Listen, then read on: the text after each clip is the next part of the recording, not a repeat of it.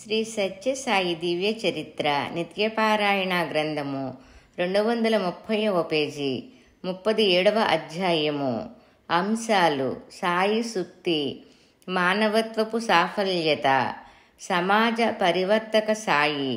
సాయి సుక్తి: కామితార్థంబులెల్లను కల్పతరువు వలెను దయచేయు దేవుండు కలడొకొండు.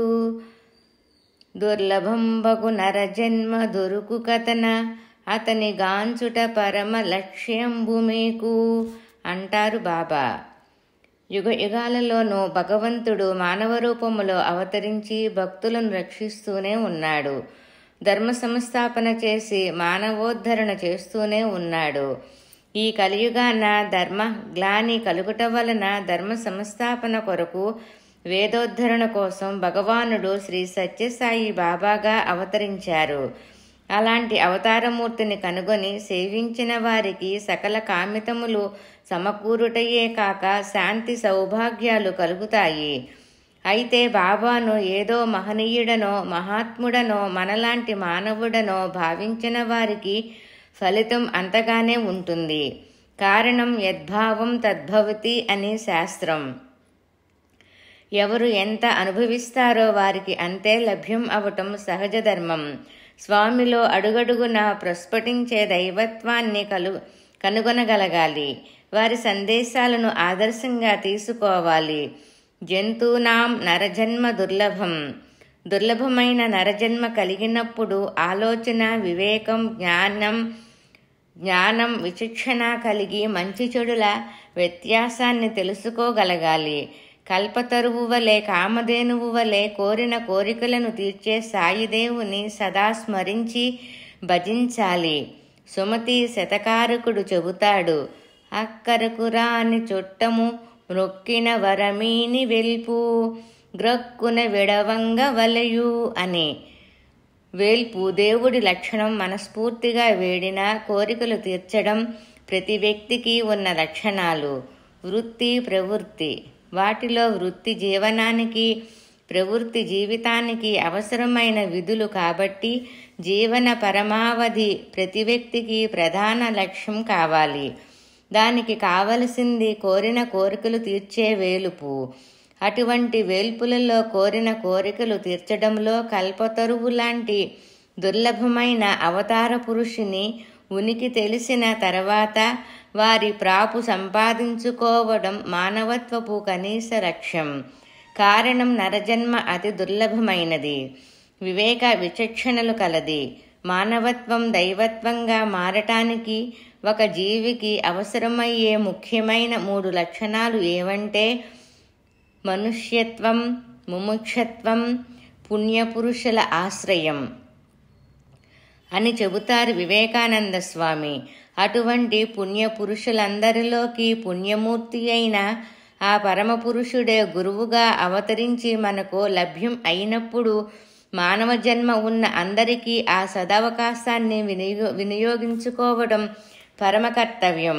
కాకపోతే కావలసింది ముముక్షత్వం, అంటే ఆ మోహక్షయం, మోక్షం మీద బలమైన కోరిక.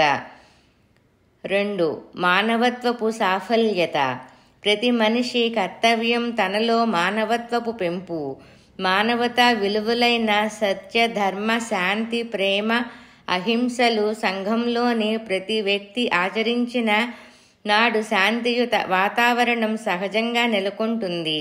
శాంతియుతమైన సామ్రాజ్యమే సర్వసంపదలకు నిలువై సౌభాగ్యవంతమవుతుంది. సంఘములో ఇలాంటి మార్పు రావాలంటే మొదట ప్రతి కుటుంబంలో మార్పు రావాలి. సాయి భక్తుడైన ప్రతి వాని కుటుంబంలో శాంతి, సహనాలు, నీతి నియమాలు, కుటుంబ సభ్యులలో పరస్పర సహకార గుణాలు పెంపొందాలి. అలాంటి కుటుంబంలో శాంతిగా జీవించే కుటుంబ సభ్యుడు తన పొరుగువానికి సహాయ సహకారాలు అందించగలుగుతాడు. ప్రతి పొరుగువానితోనూ స్నేహం అలవడినంత సంఘంలోని దుష్టత్వం చాలా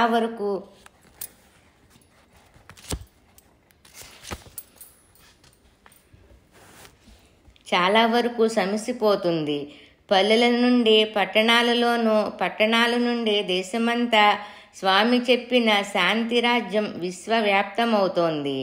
ఈనాడు ప్రపంచంలో నలుమూలలలో సాయి సంస్థలు, సాయి సమితులు ఏర్పడి సమాజ సేవలు చేస్తున్నాయి.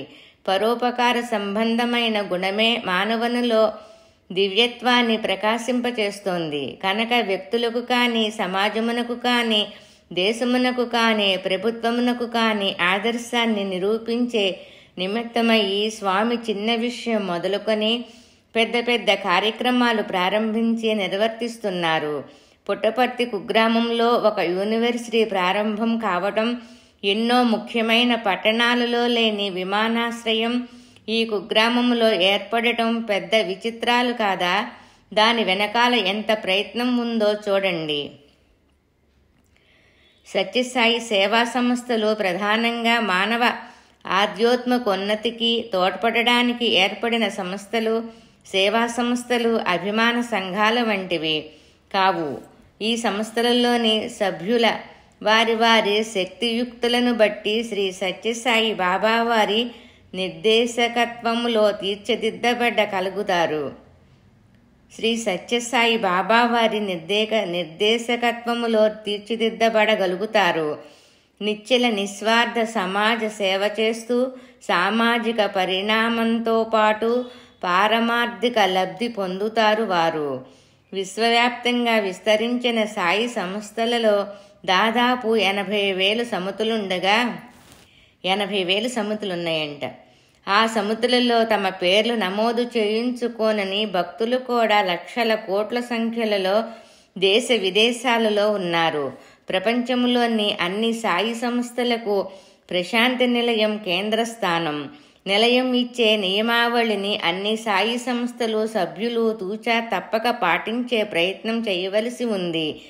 స్వామి ప్రధాన నిబంధన క్వాలిటీ కావాలి, కానీ క్వాంటిటీ కాదు. అనగా గుణం ప్రధానం కానీ సంఖ్య కాదు కావలసింది.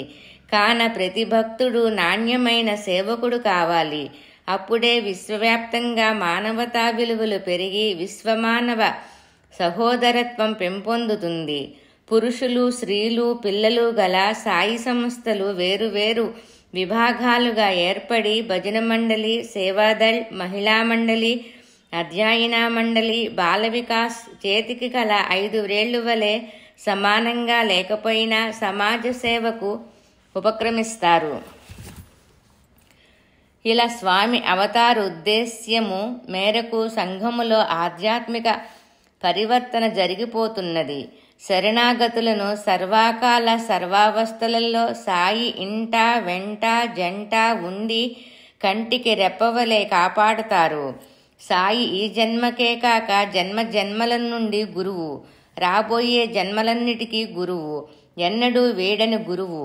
షిరిడీ అవతారములో చెప్పినట్లు సముద్రుడు నదులను తనలో కలుపుకోవడానికి వ్యతిరేకించవచ్చునేమో కానీ సాయి తన భక్తులనెన్నటికీ విడవడు.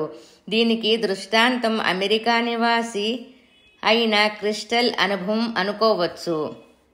క్రిందటి జన్మలలోని ఆధ్యాత్మిక సాధనలలో ఆమె తాను నమ్మిన గురువు నుండి సరి అయిన సకాల సూచనలు పొందలేక ప్రాణం కోల్పోవడం జరిగింది.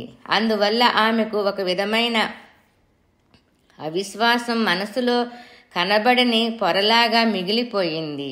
ఈ జన్మలో ఆమె స్వామివారి సమక్షానికి దాదాపు 60 సంవత్సరాల వయసులో వచ్చినప్పుడు స్వామి క్రమంగా ఆమె అపనమ్మకాన్ని దూరం చేసి ఆమెకు భర్తతో సహా పురోగతి కలిగించారు. మానవ గురువులు ఒక స్థాయిలో తమ శిష్యులను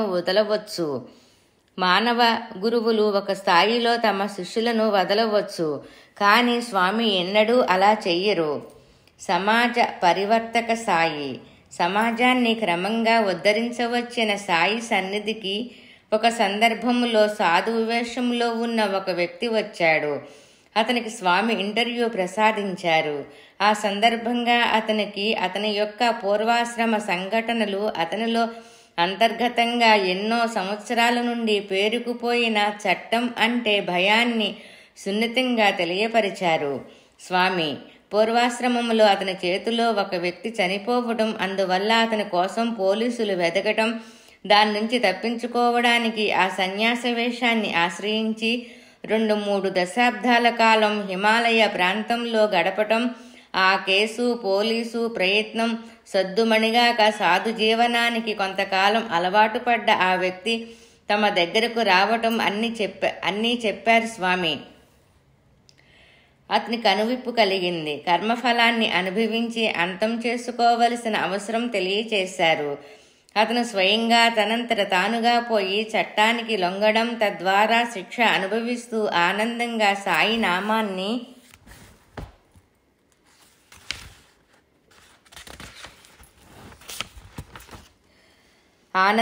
సాయి నామాన్ని గానం చేసుకుంటూ తనతో పాటు మరికొందరు శిక్షలు అనుభవిస్తున్న ఖైదీలకు మార్గదర్శి కావటం జరిగింది.